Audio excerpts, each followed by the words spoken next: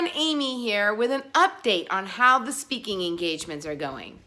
When I set out to do public speaking and decided to take you along with me on my journey, I wanted to make sure that I was raw and real and authentic and showed you not only the good stuff, but maybe some of the not so good stuff too.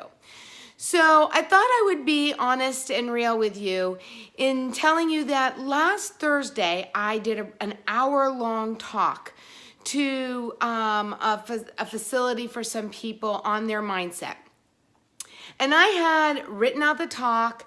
I had practiced it. It was on Thursday night. So on Tuesday, I practiced and I practiced and I practiced. And since it's an hour long, I ran through it 5 or so times. I probably spent a good, 6-7 hours practicing on Tuesday. Now Wednesday, as luck would have it, or as life happens, I didn't have any time to really practice. And then when I did have time, I was so brain dead that I couldn't even get my thoughts to come out in a cohesive manner. So that was Wednesday. Now Thursday, the day of the event, the talk was in the evening, which I don't know about you, but once I've gone through the whole day, my energy level sometimes isn't as high as it was earlier in the day, but I was going to get the energy up and have the enthusiasm for this 7 o'clock talk for an hour. And I got up Thursday, and again, I had some things planned that ended up going a little longer than normal. I ran through it once or twice in the morning. I had some things that were planned in the afternoon, and I got home just enough time to literally glance down at my notes, rush through about 3/4 of it before I had to get ready to go. Now, how did it go? I'm going to be honest. It was not my best delivery. I think that the content matter was really high. It was probably a B+, but the delivery wasn't so good. I repeated myself a lot of times. I lost track of where I was in my mind with what I was going to be saying next. So I had to glance down at notes, and then I realized I forgot certain things that I wanted to say. It, to me, felt very disjointed and didn't really flow very well. The good news is that I did ask the participants to write out an evaluation after in the hopes that I would get some honest feedback. And I did explain that I am looking to do this moving forward for more groups, and any kind of feedback, positive or constructive, would be greatly appreciated. I got back a lot of really nice things, and they were very kind, and nobody really gave me any negative things. But rest assured, that was not my best delivery. So, what happened after that? All these negative things started going in my head. So you thought you could do public speaking. Who are you to think that you could do public speaking? That was atrocious. How embarrassing. I mean, all these horrible things started going through my head. I sure hope that doesn't happen in June when you do your presentation to the women's conference. And I had to really stop. I had to stop. And this might happen to you. As you pursue your dreams, you may have a stumble. You may even fall. It's not how many times we fall. It's that we continue to get up.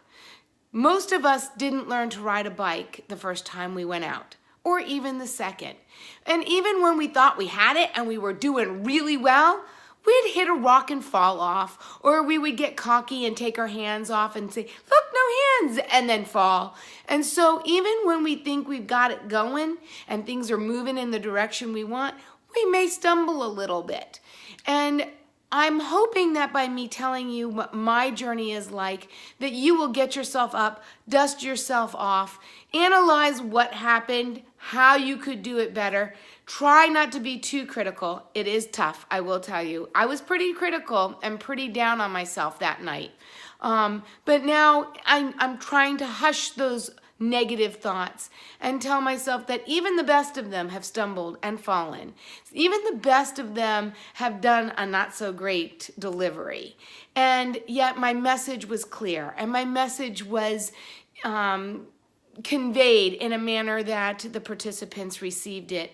knowing that was my intention, even though the delivery wasn't so good. So what am I doing moving forward? First of all, I'm not going to plan anything the day of the event at all.